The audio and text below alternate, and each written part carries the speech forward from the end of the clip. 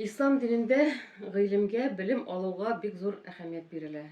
Шулай бит. Шулай. Гомере буена гыйлем истәгән, ислам нигезләрен өйрәнгән һәм аны башкаларга да таратуда зур эшләр башкарган Рәйсә апа Камалетдинова да кунактабыз бүген.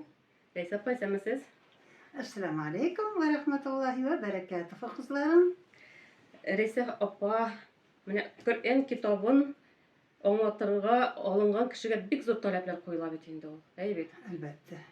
Ул инде бик күп гыйлемгә ия булырга тиеш. Әйе. Тәрҗемәне дә, телләрне дә белергә тиеш ул. Шулай. Коръәнне дә әйбәт белергә тиеш. Хәдисләр гыйлемендә сез ничек бу эшкә алынырга булдыгыз? İnşallah. Bismillahirrahmanirrahim. Elhamdülillahi, elhamdülillahi, elhamdülillahi Rabbil alemin. As-salatu vesselamu ala Resulina Muhammedin ve ala alihi ve sahbihi ecma'in. Әйе, мен бұл ғилімге алынырға болдым. Çünkü мен кішкенеден, менің әтием мәдресе бітірген оқытушы кіші, дүнияви мәктепте оқытадыр ел. Һәм енді пенсияға шыққаш, өзіміз тұрған жерде, өзіміз тұрған райцентрда, аны муллада етіп қойдылар. Ол 4 класс мәдресе бітірген кіші еді. Һәм меңе бик қызық еді кішкенеден. Әтиемнің матур хәрефләр, әлі мен кішкенем. Birinci класс болғанмын, бармағанмын әлі мәктепке, ансы исім хәтерлей алмаймын. Шундай матур, ғарып хәрефләре олар бик матур.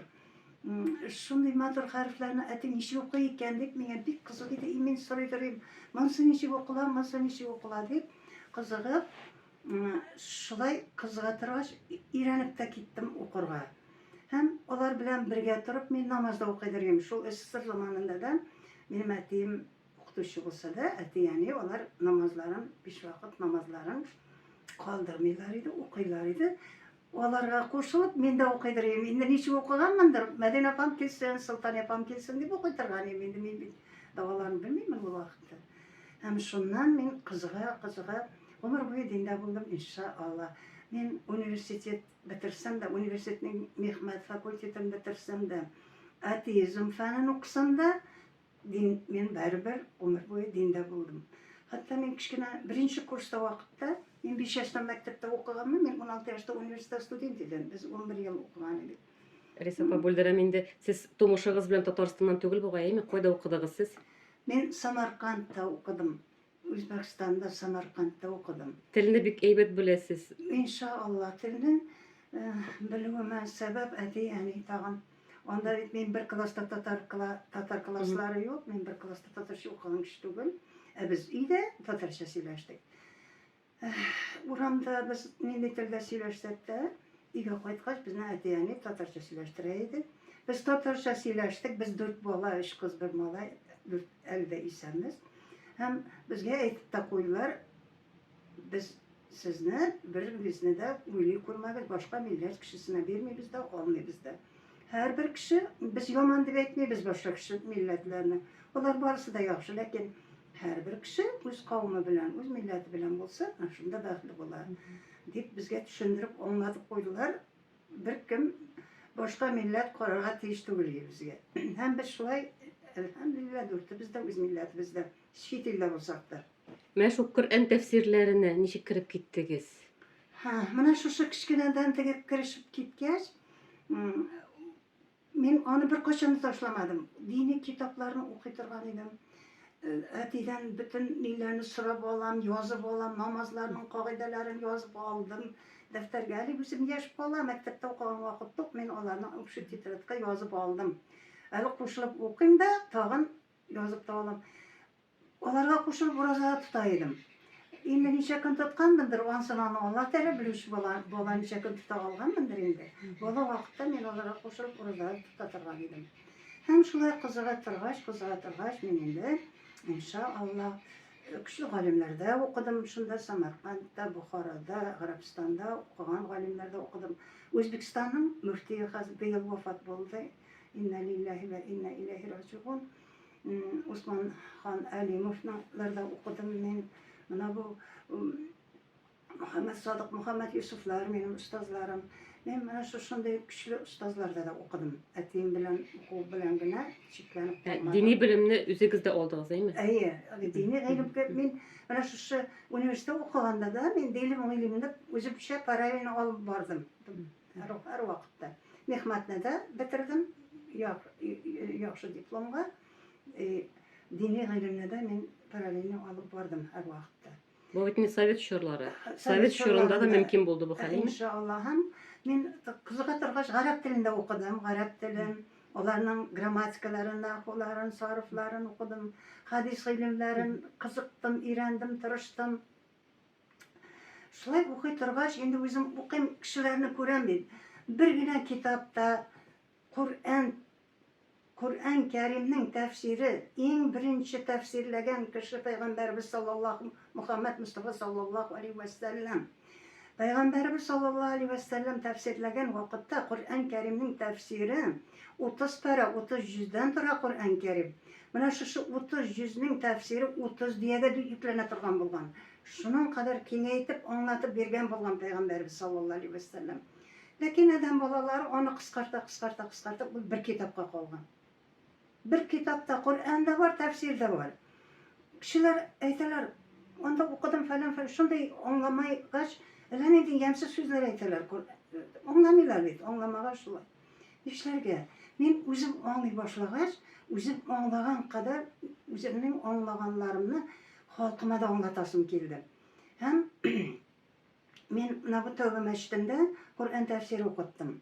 Eski imla bilen İtqan tefsiri okuttum, yani tefsirleri okuttum da şunu okutkan vakitte bizning hazretimiz, bizning o'qituvchimiz, ustozimiz İdris Hazret opa ko'rdi mening konspektlarimni. Men konspektlar bilan bora turgan edim darsga, o'qituvchiman. Tefsir dersine de kitapni o'zimdangina o'qib anlatib bilangina qanoatlanmishi, boshqa ko'p tildagi tefsirlerden de olib, foydalanib, kengaytib konspekt bilan borib anlata turgan edim darsda. Hem o benim konspektimni ko'rdi da, opa, bu konspekt shunday foydali ish bit, bu bit xalqqa foydali xizmat bit. Ayda opa, buni kitob etib chiqarik. Men sen o'zim bo'lisham bularni kitob etib chiqarir uchun deb, u meni ilhomlantirdi.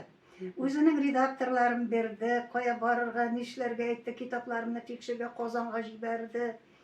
Kimlarga borga ekanligini u menga mana shulay nechga aytayim, yordam etdi, yo'l ochdi. Ham shundan so'ng shu konspektlarim bilan men boshqa bek ko'p Qur'on, men 12 til bilaman ekan.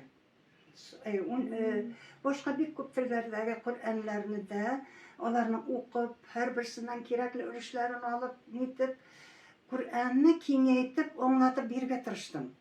Hem şulay yo'q, her bir Qur'onning so'zin, Qur'on so'zin so'zma-so'z ostidan berib de bordim, как slovar shekilli ettirib berib de bordim. Lakin o'zim qo'rqdim, ham kuchli olimlardan so'radim, gunoh ishlamayman, chunki Qur'onni so'z tarjima etib o'ramayman. Men bunda hozir tarjima etib ituga kirmasmikan bu? Men gunoh ishlamayman deb kuchli olimlardan da kengash so'radim. Yo'q, bu nega kirmaydi, tarjimaga kirmay, opa qo'rqmaslar dedilar. Shunday kuchli olimlarning da kengashlari bilan men tirishib to'liq Qur'onni har bir so'zini so'zma-so'zga da tarjima etib ostiga yozib bordim. Ham g'arab tilida da Qur'onni o'qiy olmagan kishilar, butun kishilar g'arab tilini o'qiy olmaydi. G'arab tilida o'qiy olmagan kishilar da o'qiy olsin, anlay olsin. Çünkü Kur'an'ın konstitutsiya, halkımız şu Kur'an bilen yaşarga tiyiş, şunun bilen amel kılıp yaşarga tiyiş. Buna şundağına bunday tertipsizlikler, bunday yavuzluklar bitiriydi degen tilekler, niyetler bilen Kur'an'ı kengaytirip şariflerini de berip borga tirishdim. Ko'p tefsirlerden foydalanıp. Hem şulay ettirip men Kur'an-ı Kerim'imizni to'lisincha ishlab chiqdim, inşallah. Hazır onun 7 kitap bulup çıktı. 8. seri şuralarda ekspertte inşallah. Onlar tekşirip, şuralar tekşirip, ekspertler tekşirip, onlar ruhsat berip, onlar resenziya bergachgina kitaplarni tipografiyada berip çıkarabız. Endi hadisler bit ul Kur'an anlatuvchi Peygamberimiz sallallohu alayhi ve sellem'nin Kur'an-ı Kerim'imizni turmushni, yashashning ravishini yentiklab, birantiklab anlatib berib turgan ilm ul hadis ilmi. Şu fiqh ilmi de Kur'an bilan hadis ilminden alıngan ilm ul. Şundan so'ng endi men akrinlab hadislarni ishlarga tutindim. Hazina kitobi ol, mana bu birinchi tomu bo'ldi endi bunisi. Bu 2 tomda chiqdi, değil mi? 2 tomda chiqdi. Avvallar bir ko'p chiqashaq inshaalloh. Mana bu 2 tomda chiqdi hadislar. Shundan so'ng endi hadislarni ishlay boshladim. Alhamdulillah robbil alamin. Ham hadislarni de shulay yo'q. Har bir so'zini so'zma-so'z ostına berib borib, sharhlarini kengaytirib, ko'p hadis kitoblaridan foydalanib, ko'p tillardagi hadis kitoblaridan foydalanib, ularni da kengaytib, anlatib berib borishga tirishsam. Ham hali ularni yozuvini davom etam. Ular bilan ishlarda men hali ishlab yotam, davom etam ishlarni. Ham shundan so'ng men qo'noqqa borgan edim O'zbekistonga, Samarqandga qo'noqqa borgach, Toshkentga shu O'zbekiston muftiy ularga borganda men ular ustozlarim, ularda qo'noqqa olalar bizni. Ularga qo'noqqa kirgach, u menga kitoblarim berdi, "Opa, bularni neytib tarjima etib bo'lmasmikan?" deb. Men aytdim, men Alloh nasib etsa eta olarman deb o'ylayman deb, kitob bo'lmagan bek ko'p kitoblarim berib jibardi. Orasından Peygamberimiz sallallahu aleyhi ve sellem'nin 372 mucizesi bulgan sallallahu aleyhi ve sellem'nin mucizeleri degen kitabın Tatarşaga, Özbekçeden Tatarşaga tercüme ettim. Hem bu kitabını da şurelerde bir müftiyimiz Kamil Hazret Sami'ullah şurelerde bu kitabını bir Recenziya sol, değil mi? bir maqtadılar. Çünkü bunda kitap yok. Opa bizde rahmet dediler. Bu kitap için de rahmetler ettiler. Hem buna bunda indi Peygamberimiz sallallahu aleyhi ve sellem'nin 372 mucizesi verilgen buldu. Yani bunun devamı var. Çünkü Peygamberimiz sallallahu aleyhi ve sellem'nin mucizeleri mindən artıq deyişi alimlerimiz var. Hatta 2000'den artıq mucizeleri var. Deyişi alimler var. Hemen izlenirde inşallah. Allah nasip etsin devamlarında. Nasip etsin. Tercüme Barakallah. İnşallah. Reysapa, mene hadisler arasında iң titrendirgeni dep aytayım meken, iң dulkundandırgany, bizge iliştirge tilegenleriz bir neçeni bolsa da aytyp. Yara hazır oturda da aytam, men sizge cevap beraman inşallah. Mene siz hali birinchi boshdan ayta boshladingiz islom dini ilmga. Ilmga chaqiradi. İslam dini ilimde bulurga chaqiradi. Bek durust aytdingiz. İslam dini chindan da ilimga chaqiradi. Ilimli bulurga chaqiradi. Kur'an-ı Kerim'imizning eng birinchi ingan oyati da Iqro. Bismi robbikallezi alaq. O'qi. Allah Rabbimning ismi bilan boshladi, o'qi deb boshlama. Eng birinchi amri farzi Alloh taolaning Iqro bo'ldi, ilm ol bo'ldi. Ilm ol, kuch ilmda. Shuning uchun biz musulmonlar, biz tatarlar ilmli bo'lurga tiyishmiz. Mana shunda biz Alloh taolaning farzini o'tagan bo'lamiz.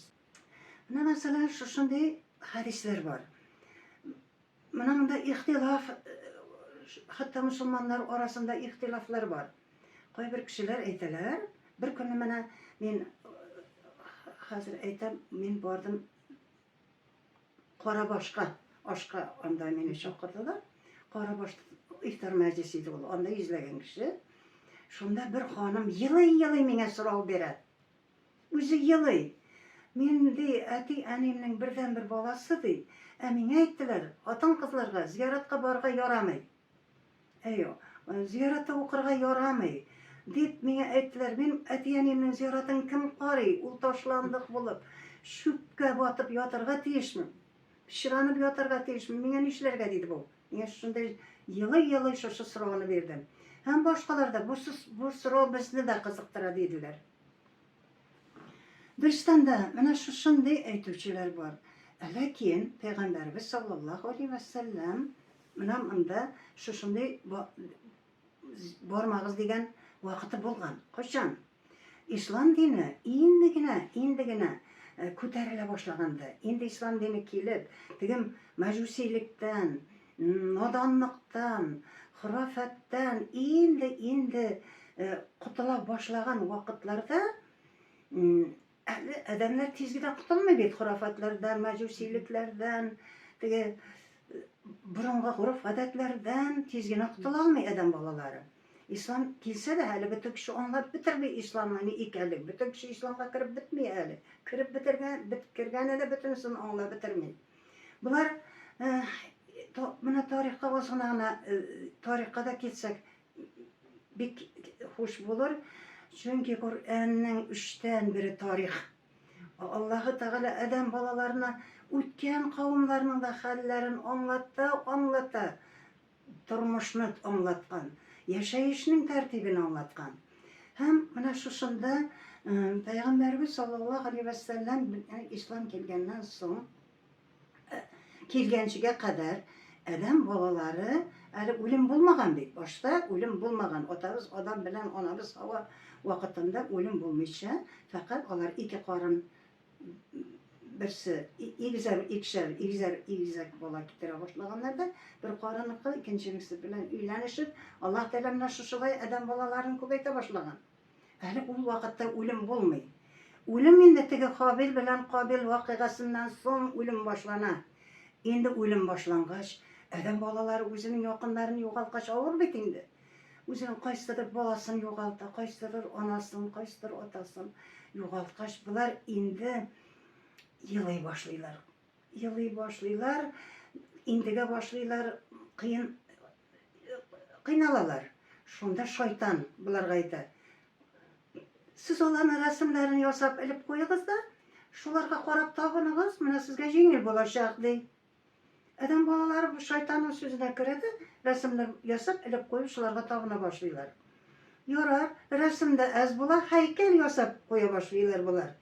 Bular endi kabirlerge meyitlerinin üstüne taşlar, heykeller koyalar da şu ziyaretka baralarda tabana başlaylar. Allah-u Teala'ga ibadet kılır, tabınır orunda. Bular ziyaretka barıp, heykellerge, resimlerge tabana başlaylar. Şunda Peygamberimiz sallallahu aleyhi ve sellem aytadi, ziyaretlerge barmağız. Bitti gitti. Barmağız ziyaretlerge deydi. Endi ziyaretlerge barmağaç ölüm esке düşmey. Şulay bir. Ölüm esке düşmey, ziyaretler qaralmay, kabirlikler qaralmay, onda şu uyası bular. Buna endi Peygamberimiz sallallahu adam bolaları endi İslamga naqlab kire başladı. Endi anlay başladı, barıp tabınırga yaramaganin, tabınırga layık bir Allah-u Teala ekanligin anlay başladı da şundan soň Peygamberimiz sallallahu aleyhi ve sellem aytdı. Ziyaretlerge barıgız. Siz ziyaretlerge barıgız, kabirleringizni qaragız, olarga dua kılığız, olarga okuyuz. Hem ölümni de esке düşürürsüz. Kabirlerinizde şipşista bulur. Bu sizge endi hadisini boştagı bergen hadisini nasih etdi. Yokka bitirdi. Tege hadisini ornuna ikinci hadisini getirip berdi. Mina endi barıgız ziyaretlerge dedi. Ruhsat berdi. Hatta aytdi meyitlerinize Yasin okuguz dedi. Şunday hadisleri var Peygamberimiz sallallahu aleyhi ve sellem'in. Hem şundan soň endi ziyaretlerge barıp ruhsat etildi. Atigi hadis nasih etildi, yokka çıkarıldı, bitirildi. İslam dininde şunday grammatikasında şunday kanun koydalar var. Hatta Kur'an'da da nasih, mansuh etilgen ayetler var. Hadisler arasında da şundaylar var. Mana şuşularını anlamaganlık orkasında, ilimnin soyluğu orkasında adam bolaları bir-birisine olay etsek yaramay, bulay etsek yaramay deyip dinden korkutup, özlerince hüküm çıkarıp adam bolaların dinden bezdirip, yolgış yollarga kirtip jibererler. Bularni anlar üçün tağan ilim kerek bit, tirhan ilim kerek. Şunun üçün biz musulmanlar ilimli, biz Tatarlar ilimli bolarga tiyişmiz. Biz bit ilegilikten ilimli bolgan halk. Tarihni bilirge kerek bizge. Tarihni okup qarasam исен китә торган хәлләр бар. Гарәпләр үзләре, татарлар, гарәпләргә илче булып барган вакытта, бөтен гарәп иле чыгып татарларны каршы алган. Татар халкы шундый гыйлем халык булган, гыйлемле халык булган. Бөтен гарәп халкы шушы татар илчеләрен узатып калган. Буларны белмибез бит, тарихны белмәгәч. Менә буларны белер өчен тагын гыйлем кирәк. Тарихны белергә тарих гыйлеме дә кирәк. Шуның өчен Пәйгамбәрбез саллаллаһу алейһи ва сәллям дөньяви гыйлем белән дини гыйлемне беркайчан аермаган. Дөньяви гыйлемне дә белегез, дини гыйлемне дә белегез, икесен дә белегез. Менә шунда гыйлемле булырсыз дигән. Менә шушылай иттереп аңлатып калдырган безгә Пәйгамбәрбез саллаллаһу алейһи ва сәллям. Димәк, мин менә шушыларны аңлатырга тырышам да. Үземнең балаларыма да, туганнарыма, халкыма, бөтен мөселманнарга. Без бит барыбыз кардәшләр. Менә шушы диннең ничкәлекләрен, гыйлемнең бик тә мөһим икәнлеген аңлатырга тырышу аркасында менә шушындай эшләр языла башлады иншаллах. Әлхәмдүлиллаһи раббил галәмин. Elhamdülillah. Менә ислам динендә тыю күп дип әйтәләр бит инде, әйме? Тыюлар күп, запреты күп дип әйтәләр. Димәк, бу гыйлемсезлектән килә, аңламаудан, белмәүдән килә. Аңламаулыктан, Гыйлем җитмәүдән килә инде. Гыйлемнең җитмәгәнлегеннән кайберләр менә үземдә бер мисал, бер көнне берсе әйтә, миңа инде ничәгә сагать 1-гә чакырылган ашка идем, ул мәйет ашы кырыгы иде мәетнең. Шуның килене бер абыстай әйткән имеш инде, ул гыйлемле абыстай булып чыга бит инде. Мәетнең кырыгында 11-гә кадәр генә укырга ярый, аннан соң укырга ярамый дигән ди. Кая икән андый хәдис, кая икән Коръәндә андый аят. Менә мондый гыйлемсезлек аркасында менә мондый хөкемнәр чыгарып утыру бик зур гөнаһ икән. Шуның хакта да хәдис бар. Ислам динендәге кешеләр һәрбер сүзебез өчен дәлил китергә тиешбез. Дәлилсез үзебездән чыгарып, үзебездән хөкем чыгарып әйтергә беребезнең дә хакыбыз юк. Моны белеп торыйк. Рәсапа. 3-се, 7-се, 40-ы дип әйтүдә дөрес түгел дип баралар бит инде хәзер. Баручылар бар, әйе. Коръәндә юк диләр. Ләкин Коръәндә бит уздырма дигән сүз дә юк. Уздырма дигән сүз юк. Ул 3-се, 7-се, 40-ы да анда без халык нишлисең? Туганнарын җыя, күршеләрен җыя, анда мохтаҗлары да була, анда туганнары, дуслары, үзен балалары бергәләп утырып Коръәннәр укыйлар. Бергәләп укып гыйлем алалар бит алар. Аның кайсы җире ямансың? Әйе, алар Гарәбстаннарда үткәрмиләр, чөнки аларда һәрберсе укый. Бездә һәрберсе укыймысың? Әгәр шушыны да укымасак, без бит адәм баласын, ата-ананы песин итеп күмгән шикелле итеп күмеп куйган булабыз бит. Бездә укыйлармысың? Шушылай һәрбер кеше. Юк бит. Шуның өчен ул эшләрдән һич кенә дә тыярга тиеш түгел беркемдә. Дини нәзарәттә моны аңлатып тора. Радио, телевидениеләрдән, Хызыр каналыннан безнең дин галимнәребездә, дини нәзарәтебездә бу турыда аңлатып тора. Җәлил хәзрәт тә аңлатып тора. Менә шуның өчен һәр җиргә иярмәс өчен, теләсә кемгә иярмәс өчен, теләсә кемнең сүзенә ышанмас өчен, 11-дән соң укырга ярамый икән дип дигән кешенең сүзләренә иярмәс өчен тагын безгә нәрсә кирәк? Тагын гыйлем кирәк. Менә шуның өчен безгә гыйлем кирәк, тирән гыйлем кирәк. Мин бик тә теләр идем халкымның гыйлемле булуын, милләтемнең гыйлемле булуын. Гомумән бөтен дөньяның гыйлемле булуын теләр идем. Әгәр дөнья гыйлемле булса, менә мондый үтерешләр булмас иде бит. Менә мондый сугышлар булмас иде. Коръән-и Кәримебездә шундый аятлар бар. Әгәр адәм баласы җир йөзендә бер генә кешенең хаксызга канын түксә, бөтен җир йөзендәге кешеләрнең канын түккән гөнаһын ала. Әгәр җир йөзендә бер генә мөселманның канын түксә, бөтен җир йөзендәге мөселманның канын түккән гөнаһын ала. Менә шушындый гыйлемләрне белсә кеше берсен үтереп ятыр идеме? Ятмас иде бит. Менә ни өчен кирәк гыйлем? Бөтен җирдә гыйлем кирәк. Шуның өчен безгә Аллаһ Тәгалә Коръән-и Кәримнең иң беренче аятында Иқра дигән бит гыйлем алырга кушкан. Менә буларны аңларга кирәк безгә. Dini гыйлемне хәзер Мөхәммәдия мәдрәсәсендә алырга мөмкин бит Татарстанда. Мөхәммәдия мәдрәсәсендә алырга мөмкин. Анда 1000 еллык мәдрәсәләр күп бит хәзер. Үзебездә дә Акмаш мәдрәсәсе бар. Аннан Нида да бар, Ислам университеты да бар хәзер. Ислам университетында бетергән гыйлемле кешеләр өчен академия да бар, Ислам академиясы да бар. Без хәзер бит бөтен мөмкинлекләр бар гыйлем алырга. Менә мәчетләребездә укулар бушлай.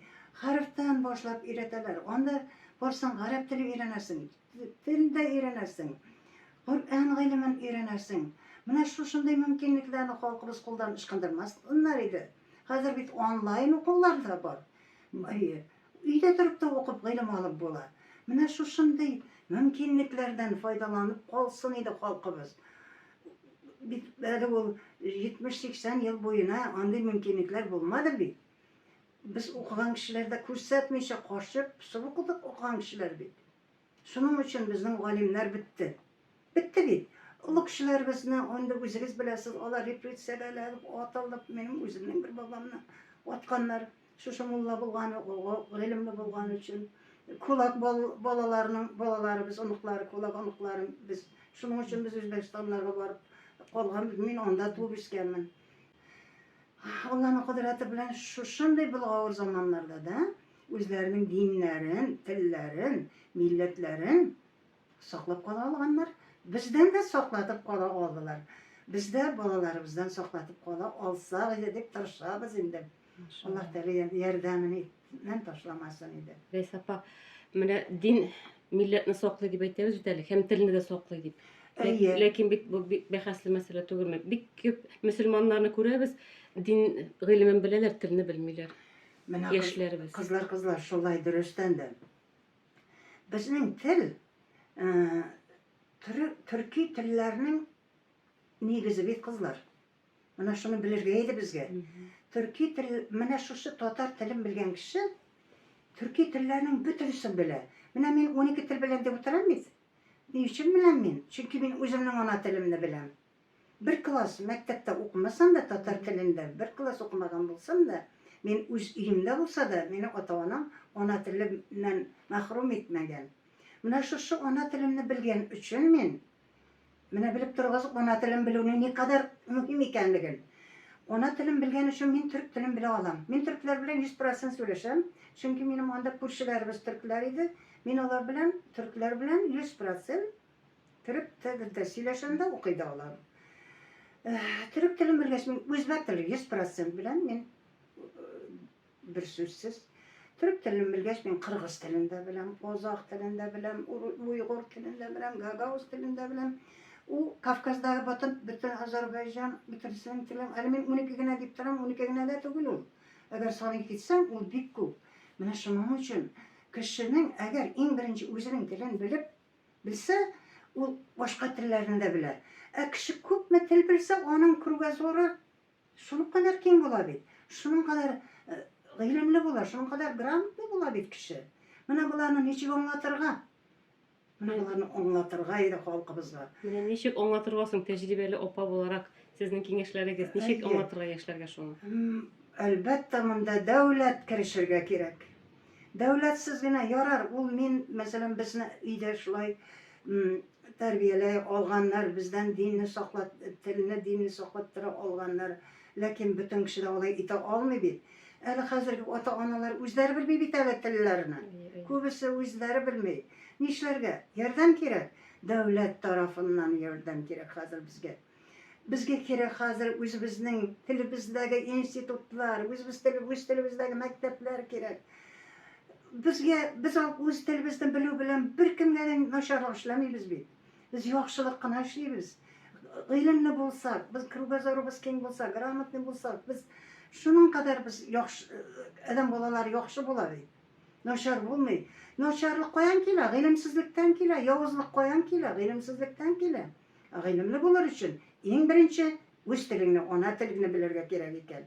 Ана телеңне белгәч, башка телләрне дә беләсең, өйрәнәсең. Кызык ул. Бер-берсенә ялганган телләр барысы бер-берсе белән бәйле. Хәтта гарәп теленең дә, мин әйтер идем, 30% безнең татар телендә бар. Әйе, татар телендә 30% бар. Мен шушындый бәйләнгән. Фарси тел, мин фарси телендә беләмен. Фарси телдә дә бик күп телләр үзебезнең татар телләре бар. Фарси теленнән дә кергән. Безнең телләр фарси телгә кергән. Шушындый ул телләр барысы бер-берсенә бәйләнгән. Шуның өчен кешенең үз ана теленнән тыерга һич кенә дә кирәк түгел. Алла Тәгаләнең биргән акылларын эшләтеп безгә телләребезне кире кайтарырга кирәк. Диннәребезне алып барырга кирәк, дөрес иттереп. Менә шушында, шул вакытта без үзебез генә түгел, бөтен дөнья алга бара. Җәмгыять алга барачак. Булар өчен тырышлык кирәк. Рәйсә апа, сүзебезне йомгаклап, исламча яшәү рәвеше ничек ул? Исламча яшәү рәвеше, бәлки хәдисләр белән дә дәлилләп әйтерсез. Хәзер әйтсәм, кызлар, ул кеше уйлый, исламча яшәү кыен дип. Кыен түгел. Исламча яшәү киресенчә җиңел. Исламча яшәсә, әгәр адәм балалары, безнең хәзерге хатын-кызларыбыз җигелеп ятмас иде.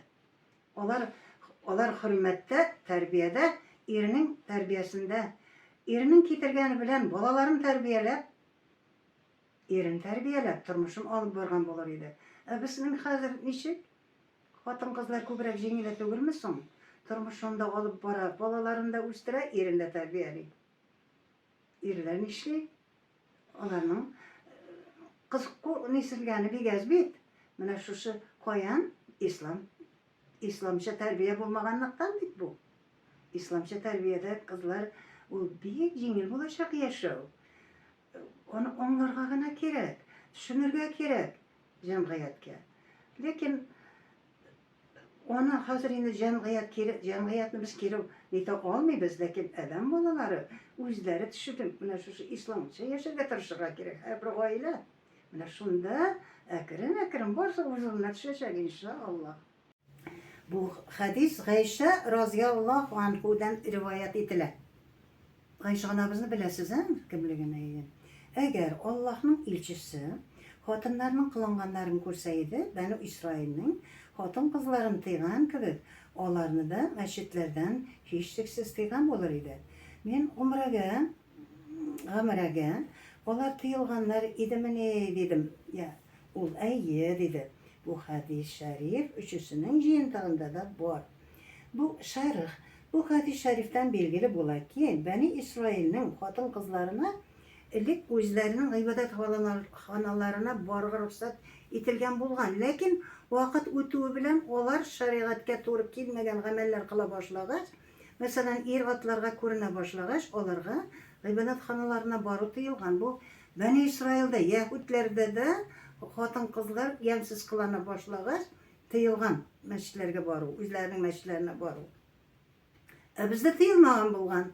Гайша анабыз разияллаһу анһуда, Пәйгамбәрбез саллаллаһу алейхи ва сәлләмнең вафатыннан соң мөслиман хатын-кызларда барлыкка килгән начар үзгәрешләрне күреп, әгәр хатын-кызларның мондый начар якка үзгәрүләрен Пәйгамбәрбез саллаллаһу алейхи ва сәлләм күрсә, аларны һичшиксез мәчеткә барудан тыйган булыр иде дип әкидләгән. Бездә исламда хатын-кызлар тыелмаган мәчеткә барудан. Менә бу ямсыз кылансалар гына тыярга кирәк дигән фикер бу. Гайша анабызның фикере әле бу. Мөслиман хатын-кызлардагы начар үзгәрешләр арта баргач, Умар разияллаһу анһу хәлифә булган дәврендә хатын-кызларга мәчетләргә йөрү тыела. Бу Пәйгамбәрбез заманында түгел инде. Бу инде Умар разияллаһу анһу заманында. Хатын-кызларның холкы үзгәргәч. Умар разияллаһу анһу бу мәсьәләгә кагылышлы Пәйгамбәрбез саллаллаһу алейхи ва сәлләмнең хәдис шәрифләреннән шушы мәгънәне аңлаганга күрә бу эшне эшләгән. Чөнки Умар разияллаһу анһуның Пәйгамбәрбез саллаллаһу алейхи ва сәлләмгә каршы эш эшләве һич кенә дә мөмкин түгел дигәннәр галимнәрбез. Умар разияллаһу анһу хатын-кызларны мәчеткә барудан тыюы исә кирәк чакта мондый чара күрергә дә яраганын аңлата. Бу кирәк чакта гына, һәр вакытта түгел. Әйе, кирәк чакта була бит шундый ямсыз кыланучы хатын-кызлар. Менә шушындый вакытта гына. Шушындый ямсыз кыланучы хатын-кызлары мин хәтта хаҗда да күрдем. Була икән арада. Әйе. Андыйларны менә шундый вакытта гына тыелган. Булай тыелмаган. Димәк, заманына карап эш итәргә мөмкин икәнлеге хәдис шәрифнең бер яклыгына булмавы моны аңлата дип нәтиҗә чыгарганнар галимнәребез. Димәк, бездә хатын-кызлар шушылай яхшы гына киенеп, тәртипле йөриләр икән, беркем мәчеттән тыймый. Хәтта Пәйгамбәрбез саллаллаһу алейһи ва сәллям әйтә торган булган хатыннар алар аналар. Алар йөрсеннәр. Галимнәребез дә әйтә хәзер шушы фикерләрне. Чөнки алар тәртипле булсалар, гыйлемле булсалар, аларның балалары да гыйлемле булачак. Балаларны күбрәк аналар тәрбияли бит. Ирләр эштә, аналар өйдә. Исламда шулай бит инде. Әле хәзер дә шул хәл. Фақат аналар эшли дә өстәвенә. Менә шунысы гына. Шуның өчен аналар гыйлемле булырга тиеш. Хатын-кызларны берәү дә мәчеттән тыймый исламда. Рәхәтләнеп йөрегез, гыйлем алыгыз, гыйлемле булыгыз. Балаларны да гыйлемле итеп тәрбияләргә насип итсен. Амин шулай булсын.